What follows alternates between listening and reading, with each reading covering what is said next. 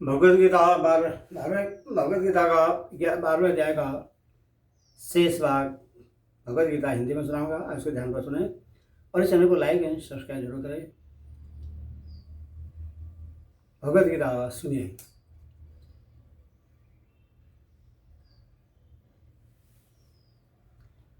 भगवान में मन बुद्धि लगाने पर यदि मनुष्य को निश्चय ही भगवान की प्राप्ति हो जाती है तो भी सब लोग भगवान में मन बुद्धि क्यों नहीं लगाते। गुण प्रभाव लीला के तत्व रहस्य को न जानने के कारण भगवान में श्रद्धा प्रेम नहीं होता और अज्ञान जनित आसक्ति के कारण सांसारिक विषयों का चिंतन होता रहता है। संसार में अधिकांश लोगों की यही स्थिति है। इसी से सब लोग भगवान में मन बुद्धि नहीं लगाते। जिस अज्ञान जनित आसक्ति से लोगों में सांसारिक भोगों के चिंतन की बुरी आदत पड़ रही है, उसके छोड़ने का क्या उपाय है। भगवान के गुण प्रभाव और लीला के तत्व और रहस्य को जानने और मानने से यह आदत छूट सकती है। भगवान के गुण प्रभाव लीला के तत्व और रहस्य का ज्ञान कैसे हो सकता है। भगवान के गुण प्रभाव और लीला के तत्व और रहस्य को जानने वाले महापुरुषों का संग, उनके गुण और आचरणों का अनुकरण तथा भोग आलस्य और परमार्थ को छोड़कर उनके बतलाए हुए मार्ग का विश्वासपूर्वक तत्परता के साथ अनुसरण करने से उनका ज्ञान हो सकता है। यहाँ यह जिज्ञासा हो सकती है कि यदि मैं उपयुक्त प्रकार से आप में मन बुद्धि न लगा सकूं तो मुझे क्या करना चाहिए। ईश्वर कहते हैं, यदि तो मन को मुझमाचल स्थापन करने के लिए समर्थ नहीं है तो हे अर्जुन, अभ्यास रूप योग के द्वारा मुझको प्राप्त होने के लिए इच्छा कर। इस श्लोक का क्या भाव है। भगवान अर्जुन को निमित्त बनाकर समस्त जगत के हितार्थ उपदेश कर रहे हैं। संसार में सब साधुओं की प्रकृति एक सी नहीं होती। इसी कारण सबके लिए एक साधन उपयोगी नहीं हो सकता। विभिन्न प्रकृति के मनुष्यों के लिए भिन्न भिन्न प्रकार के साधन ही उपयुक्त होते हैं।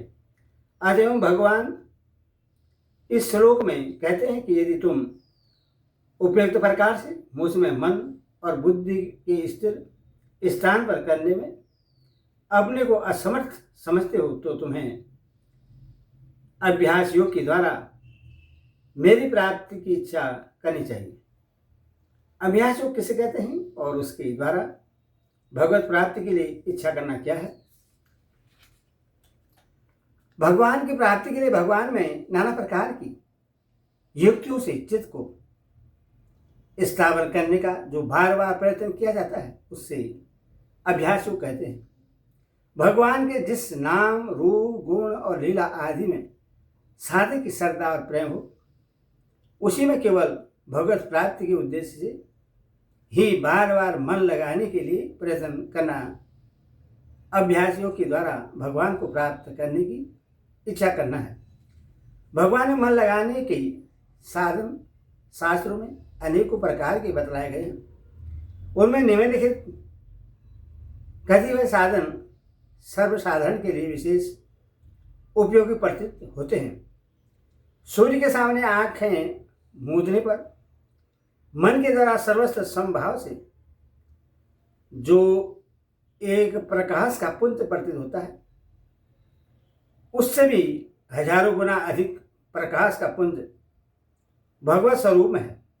इस प्रकार मन से निश्चय करके परमात्मा के उस तेजोमय ज्योति स्वरूप में चित्त लगाने के लिए बार बार चेष्टा करना। जैसे दिया सलाई में अग्नि व्यापक है, वैसे भगवान सर्वस्व व्यापक हैं। यह समझकर जहाँ जहाँ मन जाए वहाँ वहाँ ही गुण और प्रभाव से सर्वशक्तिमान परम परमेश्वर के स्वरूप का प्रेम पूर्वक पुनः पुनः चिंतन करते रहना चाहिए।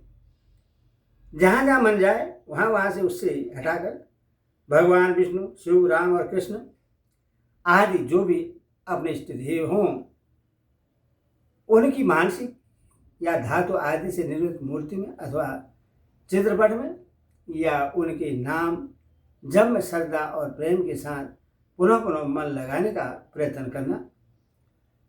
भरमर के गुंजार की तरह एक तार ओंकार की ध्वनि करते हुए उस ध्वनि परमेश्वर के स्वरूप का पुनः पुनः चिंतन करना।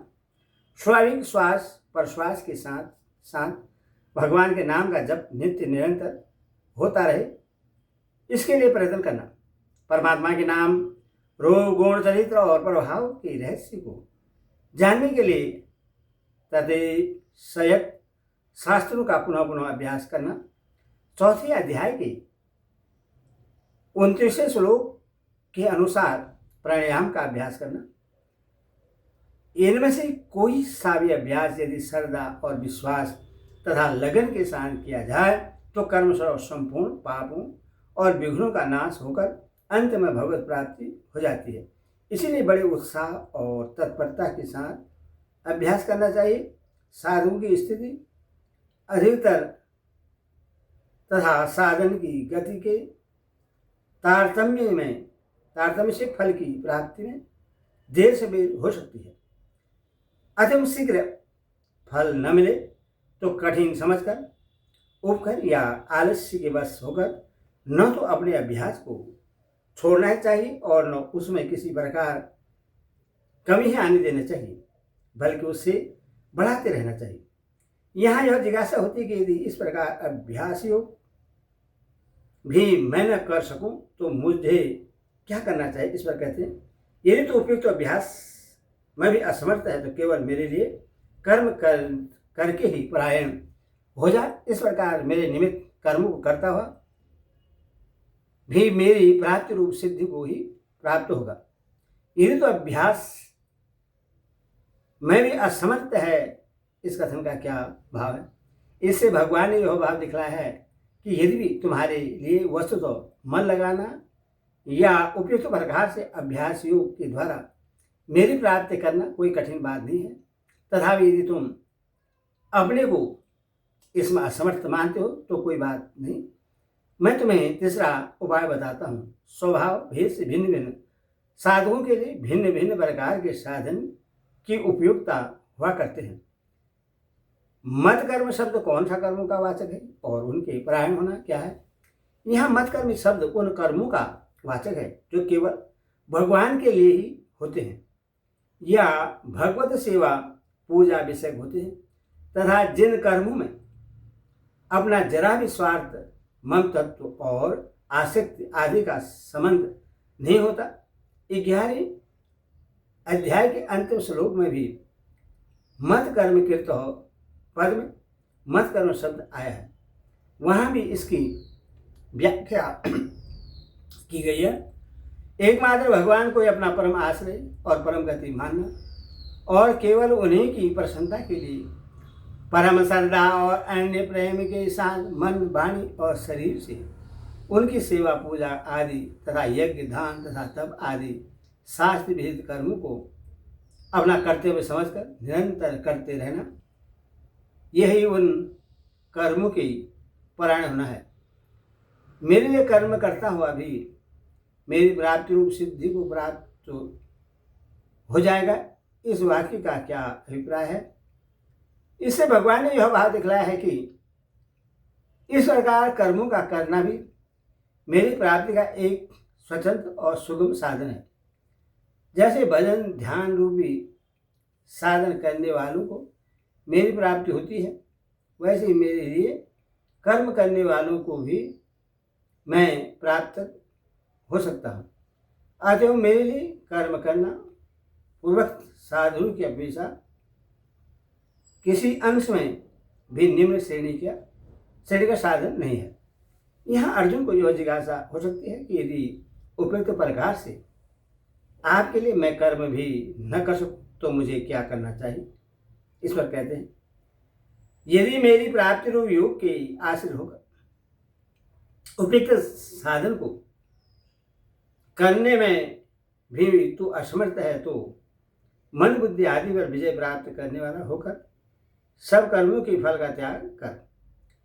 यदि मेरी प्राप्ति रूप योग के आश्रित होकर उपयुक्त साधन करने में भी तू असमर्थ है, इस वाक्य का क्या अभिप्राय है? इस वाक्य से भगवान ने यह भाव दिखला है कि वास्तव में उपयुक्त प्रकार से भक्तिपूर्वक कर्मयोग का साधन करना तुम्हारे लिए कठिन नहीं है, सुगम है। अथवा यदि तुम उससे कठिन मानते हो तो मैं तुम्हें अब एक अन्य प्रकार का साधन बतलाता हूँ। यदा तो वाहनम किसको कहते हैं, और अर्जुन को यदा तो तम वाहन होने के लिए कहने का क्या अभिप्राय है? आत्मा शब्द मन बुद्धि और इंद्रियों के सहित शरीर का वाचक है। अतः जिसने मन बुद्धि और इंद्रियों के सहित शरीर पर विजय प्राप्त कर ली हो उससे यदा तमवान कहते हैं। मन और इंद्रिय आदि यदि बस में नहीं होते तो वे मनुष्य को बलात् भोगों में फंसा देते हैं, और ऐसा होने पर समस्त कर्मों के फल रूप भोगों को की कामना और आसक्ति का त्याग नहीं हो सकता। अतः सर्व कर्म फल त्याग के साधन में आत्म संयम की परम आवश्यकता समझकर यहाँ अर्जुन को यथातमवान बनने के लिए कहा गया है।